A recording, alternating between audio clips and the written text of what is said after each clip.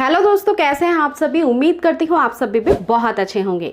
दोस्तों, मोस्टली कई सारी महिलाएं ऐसी हैं जो या तो प्राकृतिक रूप से गर्भधारण के लिए ट्राई कर रही हैं या कई बार आईयूआई कराने पे आईयूआई फेल हो जाता है। तो ऐसे मोस्टली कई सारे ऐसे क्लाइंट्स मेरे पास आते हैं, पेशेंट्स आते हैं जो कहते हैं मैम अगर मैं नेचुरल प्रोसीजर कर रही हूँ कंसीवमेंट के लिए तो मुझको क्या ध्यान रखना चाहिए, किस प्रकार से मुझे सावधानियाँ रखनी है, या फिर आईयूआई फेल होने का क्या रीज़न हो सकता है, क्या मुझे सावधानियां रखनी चाहिए। मेरा एक बार आईयूआई फेल हो चुका है। मोस्टली जब आप काफ़ी दिनों तक प्रयास करती रहती हैं और कंसीव नहीं हो पाता है तो डॉक्टर्स भी यही रिकमेंड करते हैं कि पहले तो डीएनसी करानी पड़ेगी, उसके बाद कई सारी मेडिसिन दी जाती है, उसके बाद आईयूआई के लिए बोला जाता है। लेकिन जब आईयूआई आपके फेल हो जाते हैं और आपको नेचुरल कंसीवमेंट भी नहीं हो रहा, आपको आईयूआई भी फेल हो गया है, आपको पैसे भी काफ़ी ज़्यादा लग गए हैं, तो यहाँ पे परेशानी वाली बात तो ऑब्वियसली है ही। और एक बहुत बड़ा जो अमाउंट होता है एक्सपेंसिव ट्रीटमेंट का, वो एक अलग कॉस्ट होता है जहाँ पे हर कपल उसे बिल्कुल भी जो आप एक्सपेंड है वो नहीं कर पाते हैं। ठीक है, सेकेंड बार में आईयूआई का चांस भी कई सारे कपल लेना ही नहीं चाहते हैं, वो नेचुरल गर्भधारण के लिए ही ट्राई करते हैं क्योंकि उसका जो कॉस्ट है वो बहुत ज़्यादा वो खर्च कर चुके होते हैं। आज के इस वीडियो में मैं आपको कुछ ऐसी बातें बताऊंगी जो या तो प्राकृतिक गर्भधारण कर रहे हैं तो भी ज़रूरी है और या फिर आईयूआई करवा रहे हैं तो भी ज़रूरी है।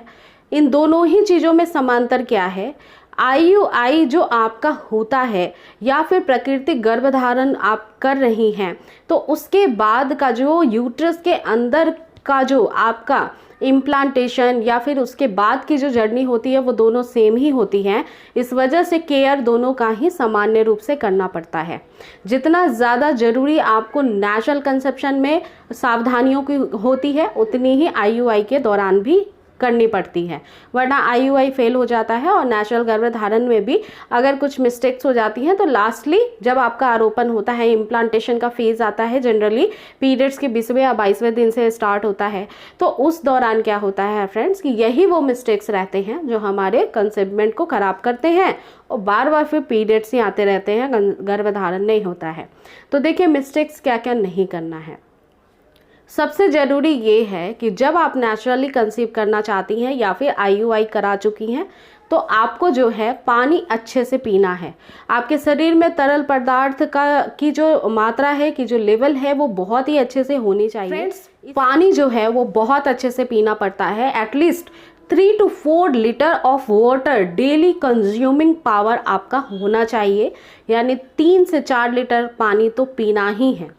इसके अलावा जितने भी सीजनल फ्रूट्स होते हैं वो खाना बहुत ज़रूरी होता है क्योंकि उसमें भी मिनरल और न्यूट्रिशन वैल्यू बहुत होता है, विटामिन्स काफ़ी ज़्यादा होते हैं। ये दो काम करना बहुत ज़्यादा ज़रूरी होता है। इसके अलावा जब आप आईयूआई कराती हैं या फिर नेचुरल कंसेप्शन कर रही हैं तो जब आपके एक्सपेक्टिंग पीरियड डेट के 3 to 4 डेज पहले या 1 वीक पहले से रिलेशन यानी संबंध नहीं बनाना चाहिए। किसी भी तरह का एक्सरसाइज जो जिम में जाकर के होता है या हैवी वेट लिफ्टिंग टाइप का एक्सरसाइज, अगर बहुत भारी भरकम बकेट भी आप उठा रही हैं, घर पे पानी से भरी हुई बाल्टी भी उठा रही हैं, तो ये सारी चीज़ें उस समय नहीं करनी है। ओवर स्ट्रेस आपकी बॉडी को नहीं होना चाहिए किसी भी तरह से। इन बात का ध्यान आपको ऑलवेज रखना चाहिए। इसके बाद क्या करना है, इसके बाद किसी भी तरह की गर्म तासीर की चीज़ें नहीं लेनी चाहिए। अगर बहुत हीट रहेगा बॉडी के अंदर तो पीरियड्स आने के चांसेस अधिक होते हैं।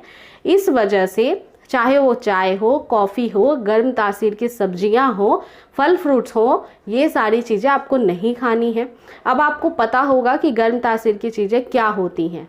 बेसिकली मैं कुछ चीज़ें यहाँ पे बता देती हूँ। जैसे कि वेजिटेबल्स आप खा रहे हैं तो कटल, ड्रम स्टिक, सजन की सब्जी, या फिर फ्रेंड्स कुछ ऐसे वेजिटेबल्स होते हैं प्रॉपर जो काफ़ी हीट बॉडी को देते हैं, जैसे कि कॉलीफ्लावर्स, गोभी, ये सारी चीज़ों को उस दौरान अवॉइड करिए। फल फ्रूट में कभी भी कच्चे पपीते या फिर अनानास का सेवन मत करिए। इसके अलावा ड्राई फ्रूट्स में भी आप कई सारी ऐसी चीज़ें होती हैं जो गर्म तासीर की होती हैं, जैसे केसर या फिर फ्रेंड्स खजूर का सेवन करना, ये सारी ही चीज़ें आपको ध्यान में रखनी है बेसिकली। तो गर्म तासीर की चीज़ें नहीं लेनी है जिससे कि पीरियड्स आने के चांस बढ़े। इसके अलावा कभी भी बहुत लॉन्ग डिस्टेंस ऑफ जर्नी में नहीं जाना है। अगर बहुत आपकी अर्जेंसी है तो ऐसे व्हीकल्स को चुनिए जिसमें जो है पेट पे प्रेशर, जैसे कि गड्ढे वगैरह होते हैं ना, तो बार बार दचके लगते हैं, ऐसा कोई भी काम आपको नहीं करना है। इसलिए 2 व्हीलर पे या फिर आप ऑटो रिक्शा में कभी भी ट्रैवल मत करिए। इस तरह से दिक्कतें पैदा हो सकती हैं, आपका IUI या फिर नेशनल कंसेप्शन में प्रॉब्लम आ सकती है। इसके साथ ही फ्रेंड्स बात करते हैं अगली कुछ सावधानियों की। तो देखिए फ्रेंड्स, एक बहुत ही नेचुरल सी चीज़ है कि हमारी जो बॉडी है, जब इम्प्लांटेशन होता है कई सारे हार्मोन्स बढ़ते हैं, या फिर आपके जो हार्मोन्स बढ़ रहे हैं वो आपके शरीर में कई सारे ऐसे सिम्टम्स पैदा करते हैं जो नेचुरली आपको लगेगा कि बीमार हैं आप। जैसे कि जब आपके शरीर के अंदर इम्प्लांटेशन होता है, आपके शरीर का टेम्परेचर बढ़ जाता है ऑटोमेटिकली, तो उस दौरान फीवरिश जैसा फील होता है फीमेल्स को। कई सारी जो फीमेल्स होती हैं उनको नोज़ की प्रॉब्लम भी हो जाती है, जैसे बेसिकली सर्दियों में स्टार्टिंग फेज में होता है, तो उस दौरान। और इसके अलावा जो है सर में पेन होता है, कमर में दर्द की शिकायत बढ़ती है। तो आप सर्दी की दवाइयाँ ले लेती हैं, मेडिसिन कोई भी ले लेती हैं, तो वो मत लीजिएगा, क्योंकि अभी आपको प्रेगनेंसी प्लान करते हुए अभी जो है आप कंसीवमेंट के लिए आगे बढ़ रही हैं। प्रेगनेंसी में बहुत सारी ऐसे मेडिसिन होती हैं जो कि नहीं लेनी होती है, उसके साइड इफ़ेक्ट आपके यूट्रस में हो रहे पल रहे बच्चे पे पड़ता है। इस वजह से कुछ पर्टिकुलर ऐसे मेडिसिन होती हैं, उसकी डोजेज ऐसी होती हैं जो डॉक्टर ही रेकमेंड करते हैं। तो आप जिस डॉक्टर के परामर्श में हैं उस डॉक्टर से पूछ करके ही किसी प्रकार की दवाइयाँ खाइए। अपने मन से जो आम दिनों में आप दवाइयाँ खा रही थी वो अब आप नहीं ले सकती हैं। तो इन छोटी छोटी बातों का भी ज़रूर विशेष रूप से ध्यान रखिए। इसके अलावा शरीर में अच्छी मात्रा में प्रोटीन का होना ज़रूरी होता है जब इम्प्लांटेशन की जर्नी में आप होती हैं। अभी काफ़ी सारे ऐसे रेशियोज़ हैं, ऐसे रिसोर्सेज में सामने आए कि महिलाएं दूध वगैरह लेती ही नहीं हैं, खाना खा रही हैं, चावल खा रही हैं, सब्जी खा रही हैं, सब कुछ कर रही हैं, लेकिन आप 1 गिलास दूध क्यों नहीं ले रही हैं पर डे? वैसे भी 1 गिलास दूध काफ़ी ज़्यादा ज़रूरी है क्योंकि इसमें कैल्शियम होता है, प्रोटीन होता है। इनिशियल स्टेज पे आपके गर्भधारण में इसकी काफ़ी ज़रूरत पड़ती है क्योंकि बच्चे का बोन ही सबसे पहले डेवलप करता है। तो अगर आपके शरीर में पर्याप्त मात्रा में प्रोटीन रहेगा तो आपकी प्रेगनेंसी को सपोर्ट करेगा। इसलिए हर दिन दूध का सेवन करना जरूरी है, या फिर दूध के अंदर प्रोटीन पाउडर मिला करके भी पी सकती हैं, अपने डॉक्टर से कंसल्ट कर लीजिए। इसके साथ ही फ्रेंड्स, गर्भधारण की प्रक्रिया में काफ़ी ज़्यादा गुस्सा करना, अपने काफ़ी ज़्यादा मेंटल स्ट्रेस को बढ़ाना या फिर किसी भी प्रकार की टेंशन, एंजाइटी होना, ये बिल्कुल भी अच्छा नहीं है।